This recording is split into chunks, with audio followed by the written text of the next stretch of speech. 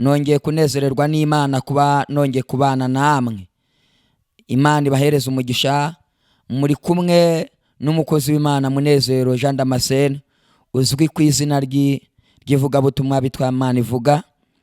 Tujye gusoma mu gitabo cy'umuhanuzi Yesaya, dusanga mu bice 22. Turasoma duhereye ku murongo wa 23. Haranditse ngo nzamushumangira nk'umusumari, ahantu hakomeye azabera inzu ya se intebe y'icyubahiro, maze bazamujishaho icyubahiro cy'inzu ya se cyose. Urubyaro rwe na bene wabo ndetse n'ibintu bitoya byose, uhereye ku bikombe ukageza ku bicuma byose. 25. Haravuga ngo Uwiteka Nyiringabo aravuga ati, ariko uwo munsi uwo musumari washimangiwe ahantu hakomeye uzakuka kandi uzatemwa ugwe, umutwaro wari ujishijweho uzacibwa, kuko Uwiteka abivuze. Mana nihabwe icyubahiro. Tujye kuganira ku ijambo rifite umutwe w'ijambo uvuga ngo Uwiteka aje gukura umusumari wari uri ku buzima bwawe. Hari umusumari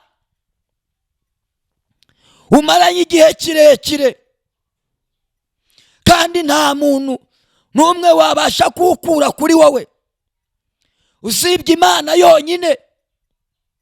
Shobora kukureba kabona warageragejwe, kabona uri mu ntambara.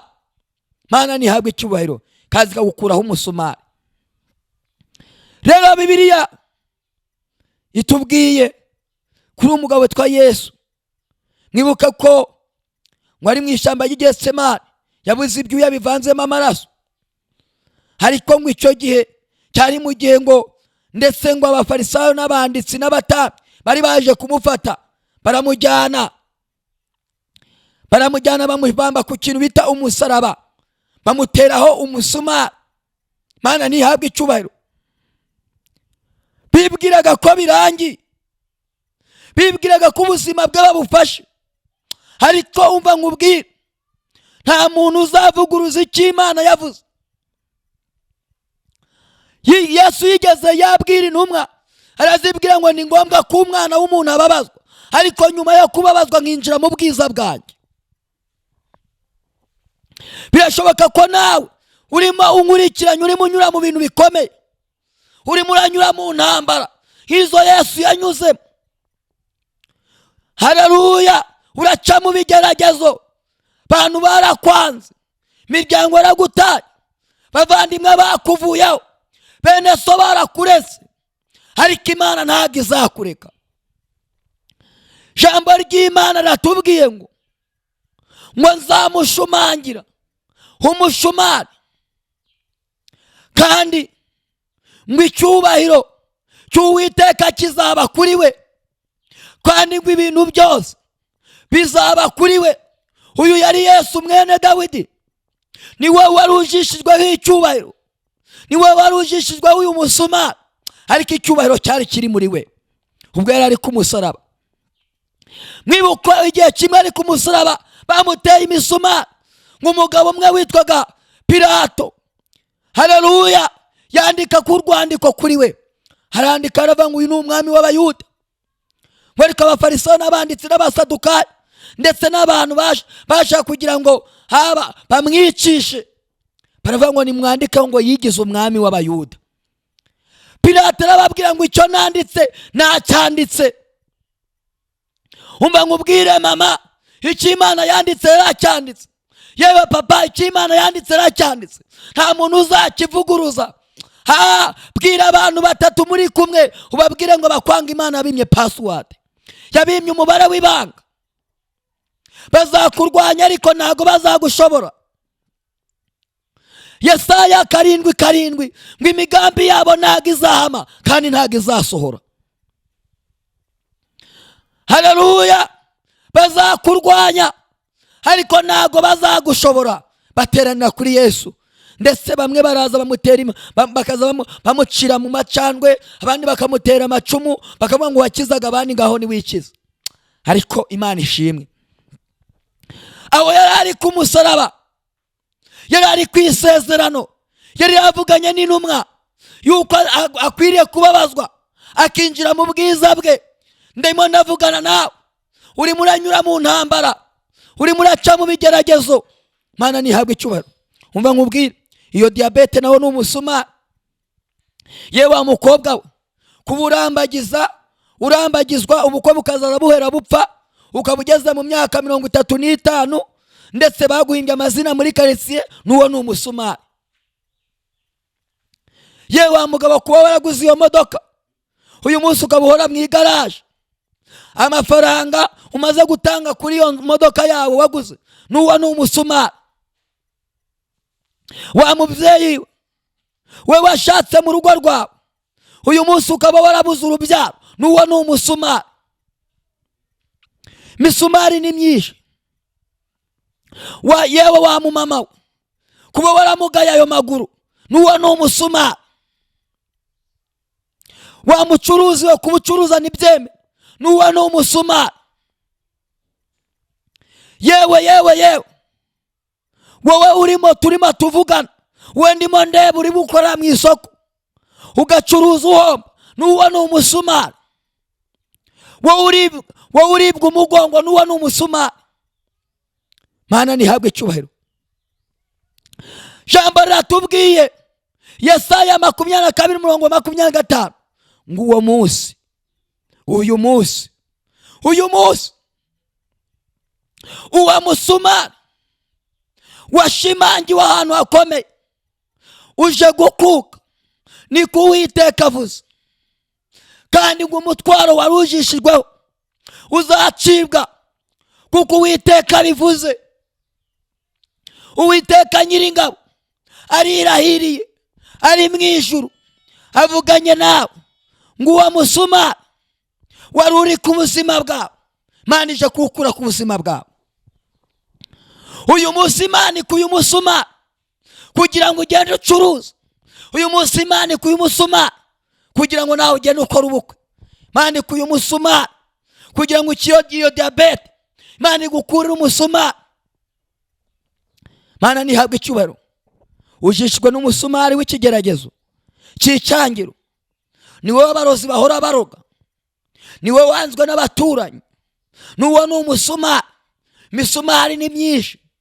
Umva nkubwire yewe papa, kuba uyu munsi warubatse urugo rwawe ariko ukaba utitwa umugabo mu rugo iwawe, nuwo ni umusumari.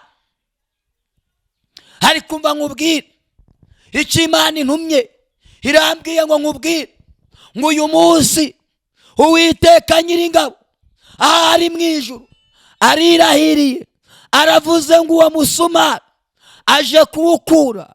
Uwo musumari w'igisuzuguro aje kuwukura, uwo musumari w'icyangiro aje kuwukura. Haleluya! Uwiteka Nyiringabo yarirahiriye, ari mu ijuru. Topi ene mando lawire, zene mando takita lawire, zopa ene kuta, shaini mimi ene kuwa, zerebo ene tano, mimi ene kuta, mimi shaina sire, topi ene mando.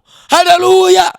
Uranyumva urankurikiranye, wari ufite umusumari w'igisuzuguriro, wari ufite umusumari w'ikibembe, wari ufite umusumari wa kanseri, wari ufite umusumari w'uburwayi bw'igifu, wari ufite umusumari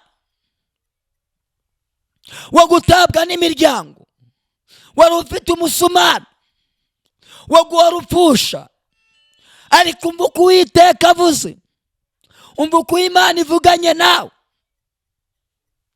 Imana iravuze ngo ujya gukura umusumari, Imana iravuze ngo ujya gukura igisuzuguriro, Imana iravuze ngo ujya gukuraho karande yari iri ku buzima bwawe. Yewe watuye muri quartier, ariko muri iyo quartier ufite umusumari wo gutotezwa. jambo rava ngo hari kurira kwararira umuntu, ariko bwacya mu gitondo impundu zikavuga. Reka nkubwire, Yesaya arahanura aravuga ngo nimwumve uko Uwiteka Nyiringabo avugana n'ubwoko bwe. Aravuze ngo uyu munsi Uwiteka arirahiriye aje gukura imisumari yari iri ku Banyarwanda, aje gukura imisumari lawi enemandota kitalawi y'uburwayi. Urankurikiranye, uryamye yewe hene kutala wirizo para wi, uryamye mu bitaro byari wa Faisal, ndetse byaranze abaganga byabanani, ufite umusumari wa diabete, yewe wa mubyeyi we byanze. Dore Yesu ajya gukura umusumari kugira ngo nawe uve kugira icyo gisosiro. Icyo gisosiro Yesu aje kugikuraho. Uwo musumari jambo rava ngo kuko Yesu yababajwe abasha no gutabara n'abageragezwa. Umva nkubwire nshuti yanyu, wowe unkurikiranye, wari ufite umusumari wo kubura urubyaro, ariko Uwiteka Nyiringabo arirahiriye aravuze ngo niwakire kubyara, kuko kuyu uwo musumari wari ku buzima bwawe, ngo umutwaro wari ujishijweho uzacibwa, kuko Uwiteka bivuze. Bibiri ivuga ngo iki? Ivuga muri Mariko ibice bya 11 urasanga inkuru. Haleluya, ngo Yesu bari ku musozi wa Erayoni harimo gusenga, ngo hari abigishwa ngo babiri arabatuma, ngo hari icyana cy'indogobe cyari kiziritse, ngo nta muntu n'umwe wari warigeze akigirira impuhwe, nta muntu n'umwe wari warigeze akitaho. Cyari kiziritse, cyari kijishijwe, cyari kiziritse, ngo umutwaro wari ujishijweho uzacibwa. Ufite akaziriko, barakuziritse, uracuruza ugahomba, ni akaziriko. Ufite perimere ko wabuze akazi, hari akaziriko. Abadayimoni bakuboshye, ugerageza gukizwa ariko bikanga, dayimoni zakuzirikiye mu busambanyi, hari akaziriko. Abadayimoni baziritse ku buzima bwawe. Ngo Yesu ari ku musozi hamagara babiri mu bigishwa, aravuga ngo nimugende muziture icyana cy'indogobe, kandi nihagira ubabwira ngo ninde ugishaka, mumubwire ngo ni Yesu ugishaka. Ngo abigishwa babiri baragenda, bagera ku kirorero, basanga cya cyana cy'indogobe kiziritse, cyari kijishijwe ku giti ku nkumangi, kiziritse cyana cyo cyegitewemo umusumari. Ngo babigishwa babiri barakizitura, bagishira Yesu. Yesu arangije akicaraho, ngo nuko ngo babanzi bacyo ngo biyambura imyambaro, baravuga ngo hahirwuje mu izina ry'Uwiteka. Ngo kigenda gitambagira mu mudugudu, biramenyekana ko cyakuweho igisuzuguro, biramenyekana ko cyakuweho umutwaro. Nawe bigiye kumenyekana wa mukobwa ko Yesu akuzinguye. Yesu arakuzinguye, ugiye guhura na fiance wawe. Yesu arakuzinguye, ugiye guhura n'akazi kawe. Yesu arakuzinguye, ugiye guhura n'urugo rwawe. Yesu arakuzinguye, topiene mandola wi tayabini fora wi, arakuzinguye. Nawe ugiye kugenda, nawe udepose byemere, Mana nihabwe icyubahiro. Kigenda kira ngo birava ngo nuko kigenda kivuga ngo hahirwuje mu izina ry'Uwiteka. Ngo abantu bose biyambura imyambaro, barayisasira, cya cyana cy'indogobe gitambukaho. Mana nihabwe icyubahiro. Kirongera kigira agaciro, kirongera kiremerwa, kirongera kiratabara. Haleluya, Mana nihabwe icyubahiro.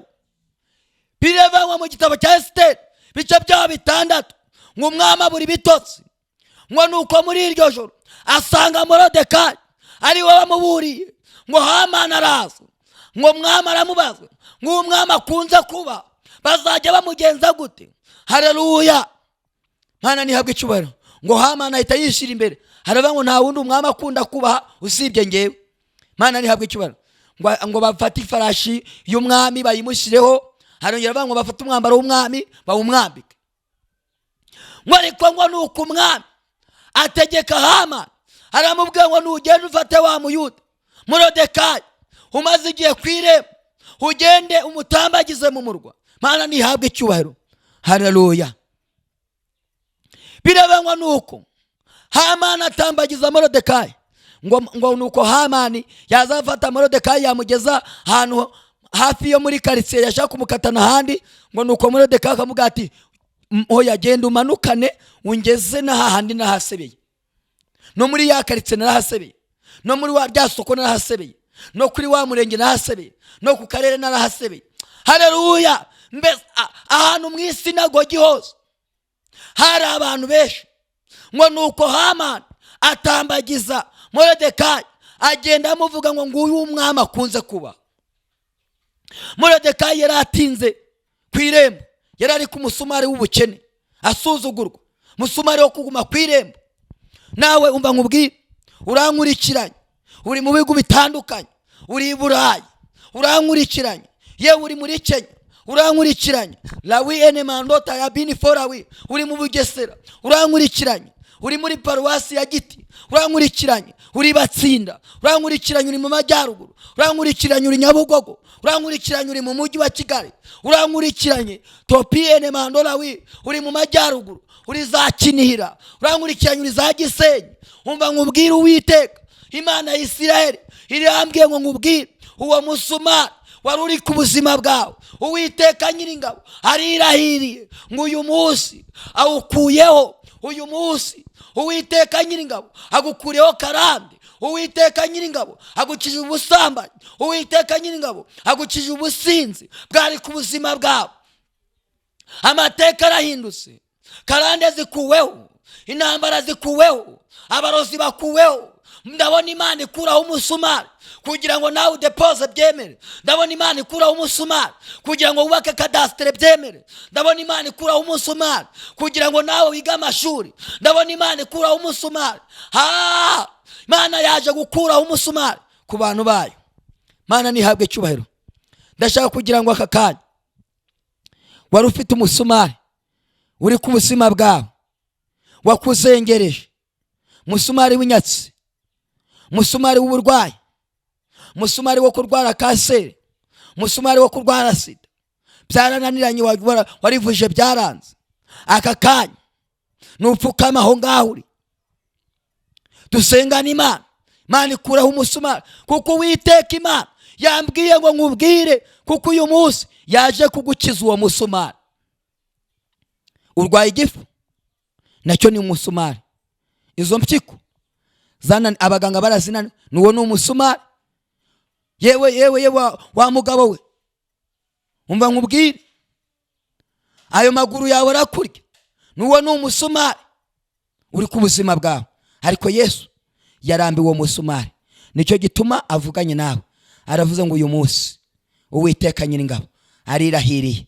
Aka kanya arambwiye ngo nkubwire ngo uwo musumari hene mandola topira zereboene kuta mimisheni tayabini fora twakitala hene kutala mimisheni zopaene mando. Uwiteka Nyiringabo akuye umusumari wari uri ku babyeyi, Uwiteka Nyiringabo akuye umusumari wari uri ku bagabo, Uwiteka Nyiringabo akuye umusumari wari uri ku bakobwa, Uwiteka Nyiringabo akuye umusumari wari uri ku bavugabutumwa, Uwiteka Nyiringabo akuye umusumari wari uri ku banyarwanda wa korona nawe ni umusumari urazengereje abantu.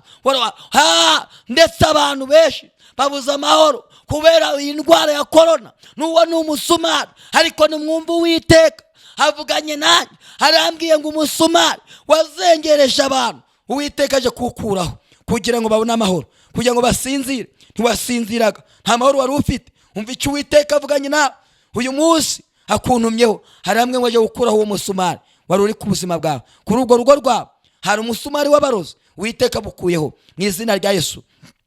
Vuga ngo Mwami Yesu, nkimara kumvira ijambo ryawe, nemeye ko uyu munsi izina rya Yesu rikoze igitangaza ku rugo rwanjye.